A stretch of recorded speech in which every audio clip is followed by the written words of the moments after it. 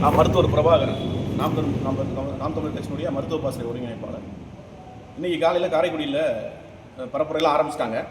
அதுக்கு நாங்கள் போய்கிட்டு இருக்க வழியில் பேருந்து நிலையம் பக்கத்தில் இந்த தம்பியை பார்த்தோம்.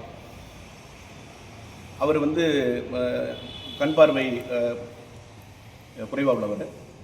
அவர் நின்றுட்டு இருக்கும்போது அவருக்கு நான் உதவி பண்ணுறதுக்காக போய் கேட்டேன், நம்ம எங்கே ரோடை கிராஸ் பண்ணணுமா என்னென்னு போய் கேட்கும்போது அவர் இல்லைங்க, என்னை ஒரு இடத்துல விடணும், பழைய பேருந்து நிலையத்துக்கு விடுங்க அப்படின்னு.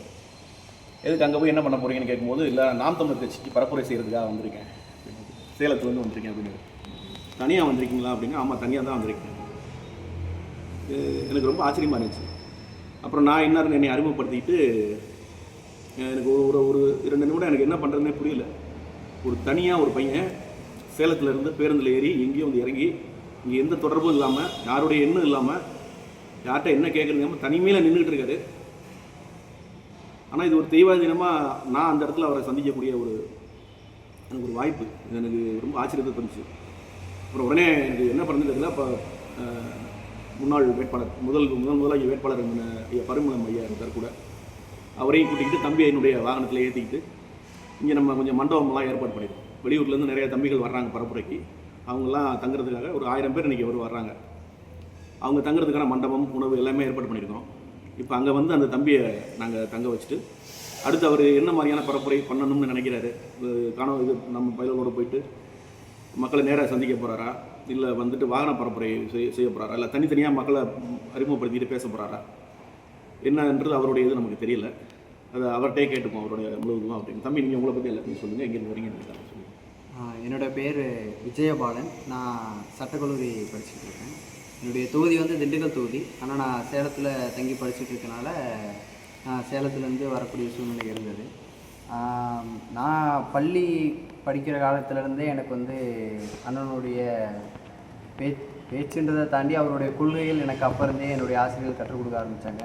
நான் பள்ளி படிக்கும் போதே நாம் தமிழர் கட்சிக்குள்ளே நான் உறுப்பினராக இணைஞ்சிட்டேன்.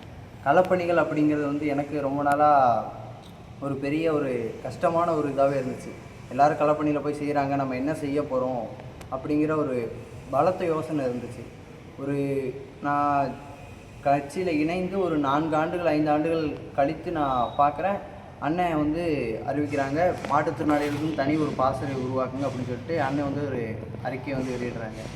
அந்த அறிக்கையை வெளியிட்டதுக்கப்புறம் தான் அதுக்கப்புறம் எனக்கு இன்னும் சரி, அண்ணனே இதில் முன்னெடுத்து செய்யும் போது நம்ம தோண்டு போய் நம்ம நிற்கக்கூடாது அப்படிங்கிற ஒரு எழுச்சி எனக்கு வந்துச்சு.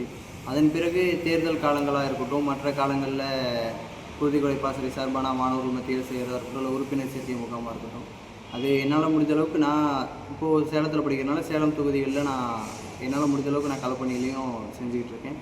இப்போது அண்ணனுடைய மாநாடுகள்லேயும் நான் வரதுங்கிறது தடைப்பற்றக்கூடாது அப்படிங்கிறத நான் எப்போவுமே உறுதியாக இருப்பேன். ஏன்னா நான் மற்றவர்களை நான் நம்பி அது தடையாகிறத தாண்டி நான் என்னுடைய முயற்சியில் நான் உள்ளே வந்துடணும், எப்படினாலும் நான் களத்தில் நின்றணும் அப்படிங்கிறதுல நான் உறுதியாக இருக்கேன். இதுக்கு காரணம் என்னென்னா அண்ணனுடைய ஒரு பெரிய இதுதான். அண்ணனை நான் என்ன நினைக்கிறேன்னா, தலைவர் ஒரு பெரிய கொடையாக நமக்கு கொடுத்துட்டு போன ஒரு பெரிய கொடைன்னு நான் நினச்சிக்கிட்டு இருக்கேன். ஏன்னா அண்ணன் தலைவரை பற்றி எடுத்து சொல்லி நம்ம இந்த இடத்துக்கு கொண்டு வரலைன்னா எனக்கு அந்த எழுச்சி வந்திருக்காது. ஏன்னா நான் முதல்ல படித்தது தலைவரை பற்றி தான். நான் முதல்ல படித்தேன், ஐயாவை பற்றி தான் முதல்ல படித்தேன். ஸோ அதுக்கப்புறம் தான் அண்ணனுடைய கொள்கையெல்லாம் படிக்க ஆரம்பித்தேன். ஸோ அதனால் அண்ணனுடைய ஒரு சில இந்த விஷயங்கள் பெரிதளவில் என்ன இந்த களப்பணியில் உள்ளே கொண்டு வரதுக்கு ஒரு பெரிய ஊக்கமாக இருந்துச்சுன்றதை நான் அந்த இடத்துல பதிவு செஞ்சுக்கிறேன். ரொம்ப மகிழ்ச்சி புரி. இது நம்ம எல்லோருக்கும் ஒரு படிப்பணியாக இருக்கணும்னு நான் நினைக்கிறேன். அவர் ஒரு மாற்றுத்திறனாளின்றதை மறந்துட்டு இவருக்கு தான் உண்மையிலே கண் இருக்குது. நம்மெல்லாம் கண் இருந்தும் குருடர்களாக தான் இருக்கோம். இவருக்கு தான் உண்மையிலேயே அந்த உயர்ந்த எண்ணம் கொண்டவர் இருக்காரு. இந்த இனத்துக்காக போராடணும்னு நினைக்கிறாரு. இந்த இனத்துக்காக போராடும் மன்னன் செந்தமன் சீமான் கையை இறுகப்பட்டிருக்கிறேன்னு நினைக்கிறாரு. நம்ம தலைவர் மேதகு பிரபாகரன் அவர்களை உயர்வாக வச்சிருக்கார். இவர் நமக்கெல்லாம் ஒரு பெரிய பாடம். நன்றி.